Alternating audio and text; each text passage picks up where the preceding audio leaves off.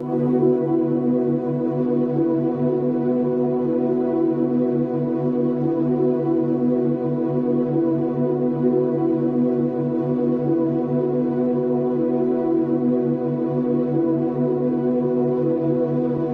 the 21st century, the world is experiencing difficult times. No matter how one chooses to look at things or how much of a positive attitude one tries to adopt, there is still a great deal of uncertainty amongst most people in regards to the future, and many of those who have taken the time to investigate and who are aware of such things see the situation as hopeless, and many feel powerless in the face of the New World Order Leviathan that is ever more quickly engulfing our civilization. Yet the reality is that people are not powerless at all. In fact, quite the opposite is true, for there is a very simple and effective way to stop the New World Order in its tracks. Let's be honest about it. The system that we live under is corrupt. It's rotten to the core. It's about self-service, and it's run by psychopaths and criminals, and everyone knows it. And they get away with it, and the world continues along in this dysfunctional manner, simply because we let it continue. So stop going along with it. Understand that the way to bring about real change in the world is through non-compliance to the system. And many ask, what is non-compliance? Does this mean I should quit my job and burn all my money? And the answer to any questions such as these is no, of course not. Non-compliance is about doing the right thing. It's about disconnecting yourself from the system, being responsible for your thoughts, your actions and your intentions, and it lies very much in realizing your own potential. Do what is right in all that you do. Realize your connection to others and think humanitarianly rather than economically. Don't base your life on the collection of useless trinkets or on social status. Do what is right in your heart. And doing what is right, understanding whether what you are doing is the right thing or not, is not something you have to decide. It's something that you already know in your heart if you would just look and be honest with yourself.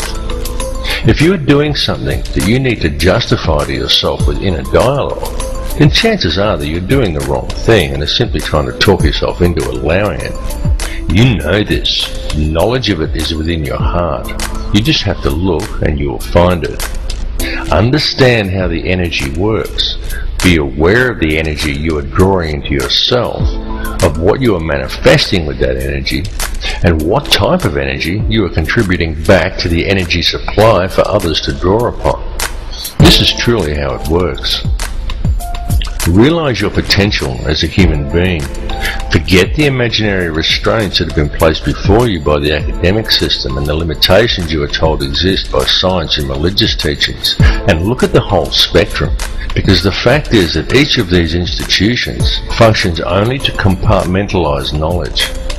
Each exists for the very purpose of limiting the scope of your understanding by locking you into a contained and restrictive paradigm.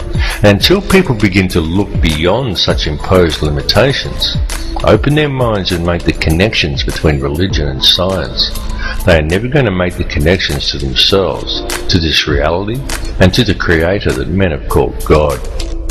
But to do this, and to gain a real understanding, requires both acceptance and self-responsibility. It requires that people act in a proactive manner. There are many who find such things difficult, those who would prefer someone else to come and save them. Yet such people desire the impossible, for they desire to be delivered into salvation and utopia without ever understanding the true nature of their world or even themselves.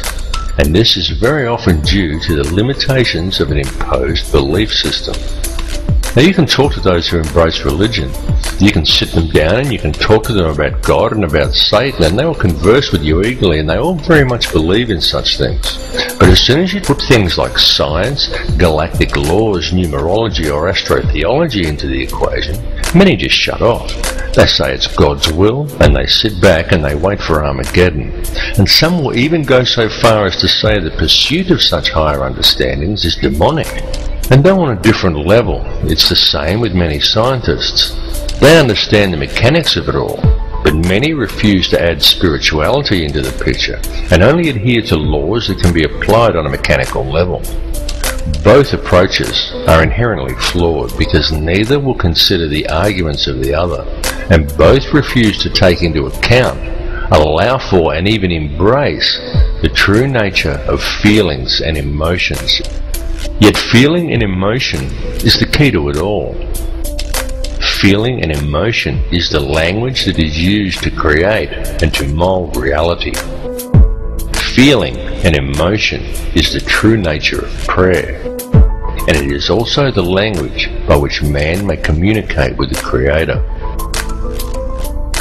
What is the true nature of that divine entity that man has named God? The intelligence that underlies all, the fabric that permeates all realities. The Creator exists as one, a single consciousness that is in essence a duality, both male and female, the Alpha and the Omega. This is why in religious text in which the Creator speaks, it is in the plural. This is the nature of the divine matrix that connects all things, the consciousness of which we are all expressions. As self-awareness grows and realization of one's connection to this consciousness awakens within each person, institutionalized religions seek to externalize this force and suggest that God is something external from man, a benefactor that is looking down on us. Many so-called New Age religions attempt to internalize it and suggest that God is yourself, that God lies within. But both of these understandings are erroneous. Every being in creation, both you and I and every other person in this reality, is an eternal living soul expression of God, of the consciousness of the Alpha and Omega, just as every soul is male-female in nature. Yet despite this, our world, our species, and our consciousness is today rampant with division and distrust that is wholly illusionary and has been deliberately engineered into being. The manufactured creation of an institutionalized society. This has been going on for a very long time, and it has reached extreme proportions over the last century. During this time, man as a species has been shifted so far from his center and so far away from true reality that we have almost completely lost our humanity. We have been trained to be totally dependent upon the system. We have been robbed of our will, of our self-esteem, and our independence. We have been trained to believe whatever the TV tells us, and to think that image, social status, and the collecting of meaningless trinkets is the meaning of life. But most importantly, through television, the mass media, and through the ingestion of brain-inhibiting toxins such as fluoride, we have been robbed of our power to think critically and objectively. And most dangerously of all, through these same machinations, we have been robbed of our life skills. This last fact alone has placed mankind in the most vulnerable position of our entire recorded history. For at this point in time, we are, almost each and every one of us, completely dependent upon a corrupt corporate apparatus for our survival, an apparatus that places profits before people. It has nothing at all to do with the true nature of man, of our place upon and relationship to this earth or to each other. Yet we depend upon it for our food, for our housing, for our information, and even for our entertainment. It tells us what to do, where to go, what to look like, what to eat, how to dress, how to act, and what to think about the world and about each other. And we obey it while the world around us is raped. And if this corporate apparatus were suddenly to fail or shut down, every supermarket shelf in the world would be almost completely empty, and every resource we take for granted as being on hand for our daily lives would be depleted in a matter of just 3 days. And what then? Because if a person from almost any level of modern society was suddenly to be left alone to fend for themselves, there are very few who would be able to survive. It is of the utmost importance that mankind wake up to the reality of this and to the true situation the world is facing, because the future we are allowing to be created, and to which we are also allowing ourselves to literally become completely enslaved to and totally dependent upon, is not going to be a future worth living in. What is required to fix it is for people to re-establish themselves as human beings and get back in touch with their humanity. Take control of your own life. Start growing your own food and take responsibility for yourself and realize and accept your connection to others. 120 years ago, a situation such as the one we are now in would have been unthinkable. So why then is it so prevalent today? Well, the reason it is so prevalent and we are now in this situation is because it has been done by design. The reason is that we are being set up.